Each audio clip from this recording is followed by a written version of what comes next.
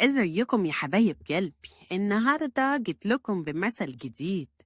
يا رب حكايته تعجبكم. هبدأ أحكي لكم الحكاية، بس بشرط ما تنسوش تشتركوا في القناة وتفعلوا زر الجرس. ده أهم حاجة في الموضوع. عارفين المثل اللي بيقول يقتل القتيل ويمشي في جنازته؟ هو ده بالظبط اللي هنعمله النهارده.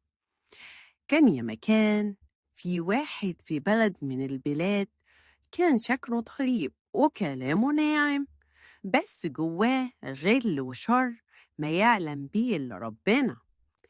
كان في راجل تاني في البلد دي عايش في حاله وملوش في المشاكل أبدا، بس من غير سبب الراجل الخبيث ده قرر يوقعه.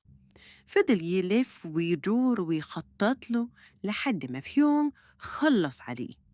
فعلا قتله بطريقة محدش يشك فيه.